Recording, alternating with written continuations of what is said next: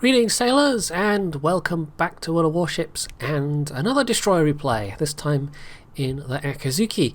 This is SJR, who is in the Cirque clan as you can see there, and they've got themselves a pretty good match in that it's top tier matchmaking, which you kind of want in this thing. I personally am not the greatest fan of the Akizuki. In fact, it's one of those few ships that I sold after grinding through it, just because I absolutely did not get on with it.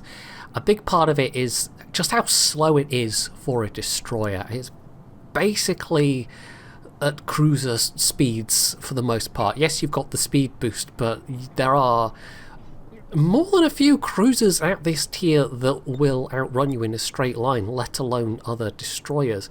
So although you do have these fast-firing 100mm guns, although in theory it has somewhat reasonable AA for a destroyer, just the sheer sluggishness of it, the fact that it's not nearly as flexible as a lot of other destroyers because of that slow speed, made it just a bit of a I'm going to use a very Scottish word here, a bit of a ball ache.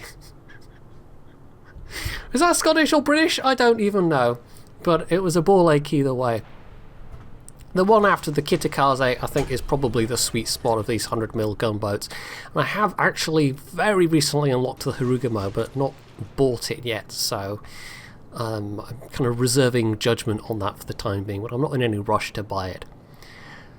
So a use of the reload booster there against the Sinop, and I guess that's not a bad time to use it. I might have waited until I was a bit closer to make use of it.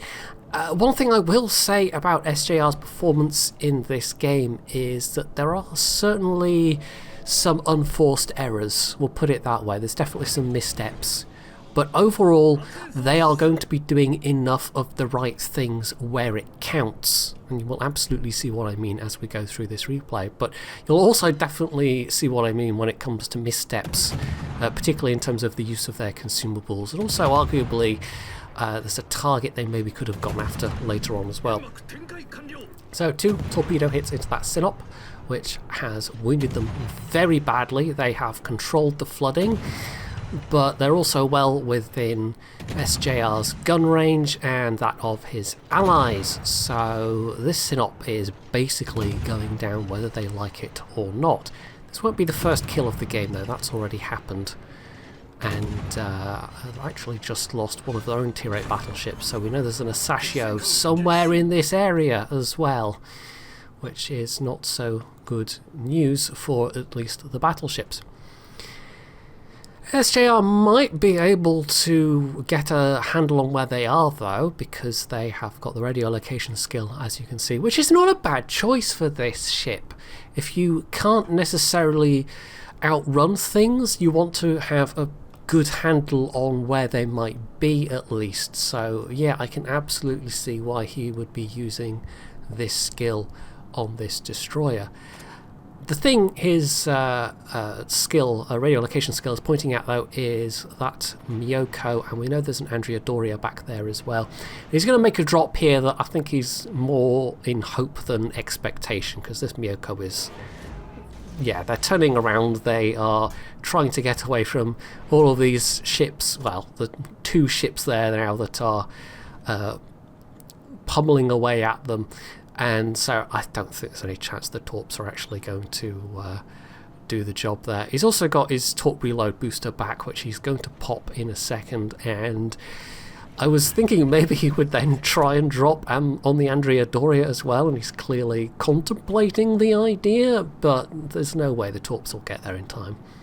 Those islands prevent that from happening, so instead he's going to hang on to that and basically just have saved himself the full reload.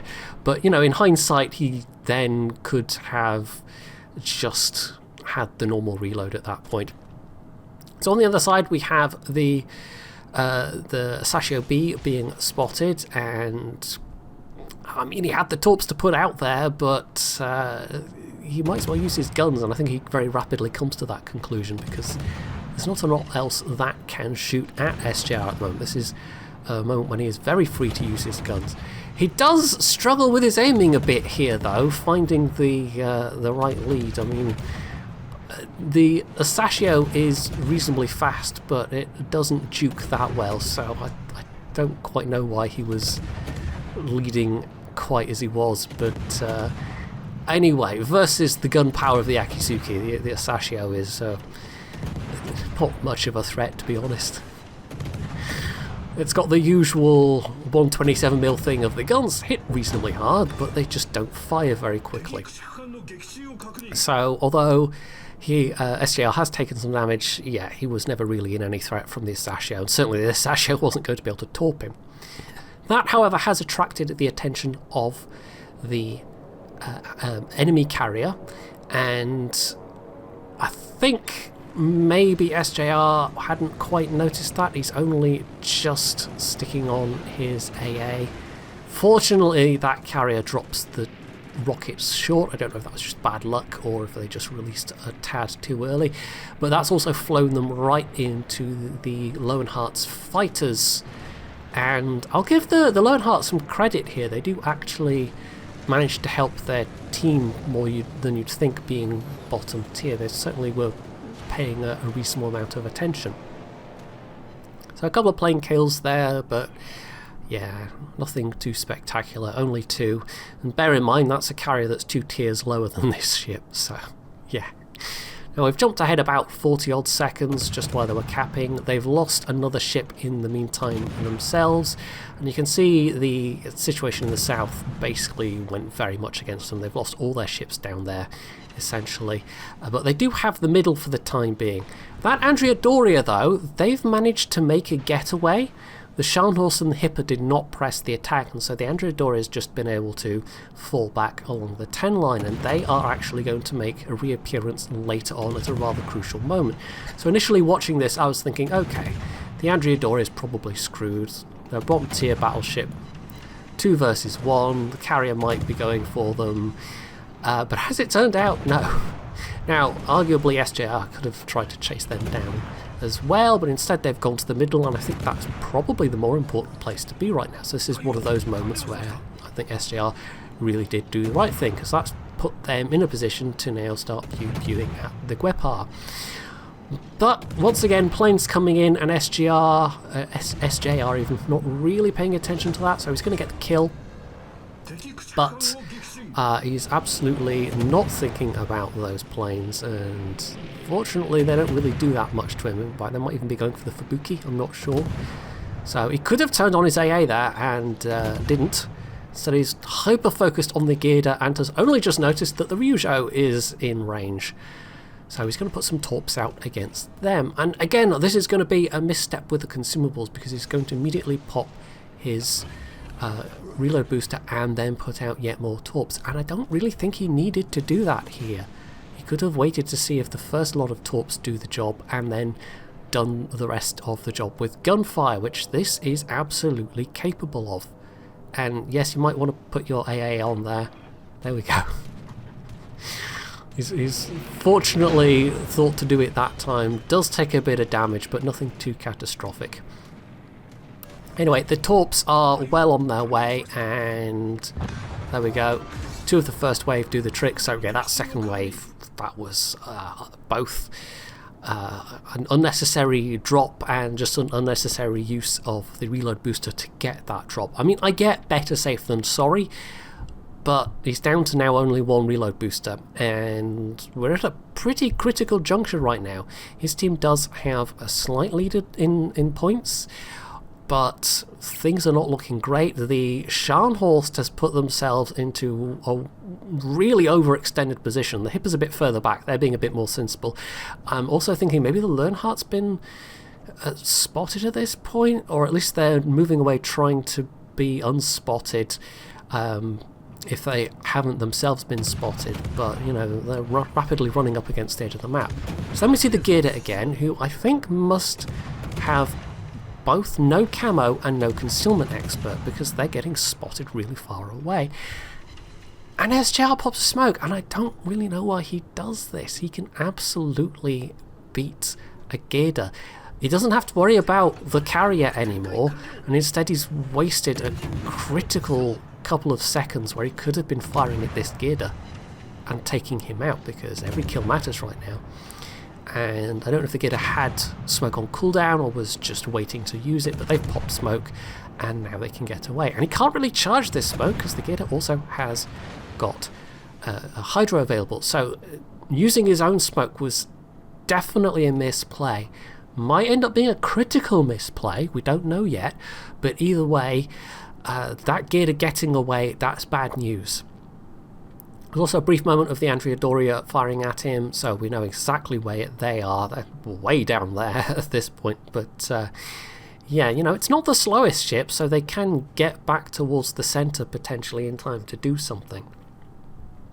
So the Scharnhorst has gone down. I've sped this up massively because there's not a lot happening from SJR's perspective, but you can see what's happening on the rest of the mini-map at least. The Learnhardt is now up against the border, desperately fighting for their life.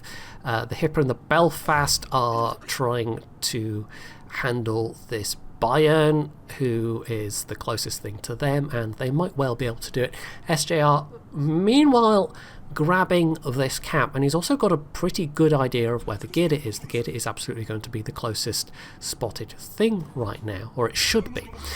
But for some reason he decides, I mean, he could have tried to get a bit closer. He was unlikely to be able to run down that Gator.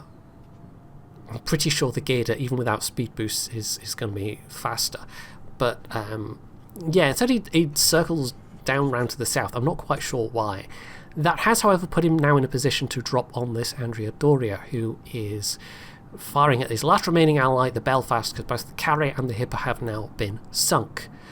They are still ahead on points, though. They have all 3 caps in chasing after the carrier and basically ignoring the caps. These remaining group of enemy ships have, well, apart from the Andrea Doria, who, you know, was taking a journey around the opposite side of the map, they've basically ceded map control, and that's allowed, despite the now critical situation with the Belfast going down, of SJR being the last one alive, that's allowed them to at least stay ahead on points. And again, a use of smoke there that I think he was... I mean, we can be less critical about that one. I think he was hoping that the Belfast would keep him spotted for a while longer, but no, obviously he immediately realises his mistake, pops out, gets the Andrea Doria with his guns. That's a Kraken. And because there were 5 ships remaining, now 4, if they can win this, it's also going to be a solo warrior. Now that Flandre is capping B. The enemy team don't have any truly fast ships left at this point apart from the Gator. And, you know, it's not that fast, but it's got a speed boost. But we have no idea where the Gator is. The Gator hasn't re-engaged. They haven't tried to block the A cap. Maybe they went all the way up to C, although I would wager that's the enemy Hipper at this point. So as to that enemy Gator, no idea. Absolutely no idea. So even though C is being contested, because they're still getting points from A, they're going to win this at 1,000 points. And so, yeah, it's going to be a solo warrior. So although letting that Gator get away could have been a critical mistake in terms of this end game, it turned out not to be. But I think that was a bit more luck than anything else on SJR's part. But still, SJR did enough of the right things at the right time to be able to make that a win for their team and capitalise on the mistakes of the enemy team, because the enemy team, towards the end of that, although they were killing SJR's teammates, they were ignoring the strategic objectives of the caps, and that's basically what sealed their fate. So that was overall quite an interesting game to watch, I thought, and certainly not a bad result for the Akizuki. And anytime you can get a solo warrior, you know, it's reasonably impressive. And granted, they do tend to be more of this nature where it comes down to points and enemy ships still being left alive rather than single-handedly killing you know, the last 5 remaining enemy ships, which is possible, but not easy.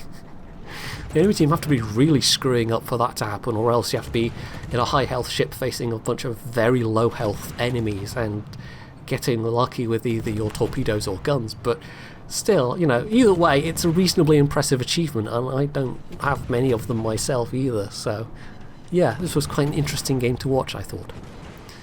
So hopefully you have enjoyed this replay, and if you have, you can do all the usual things down underneath it, and as always, stay tuned for more.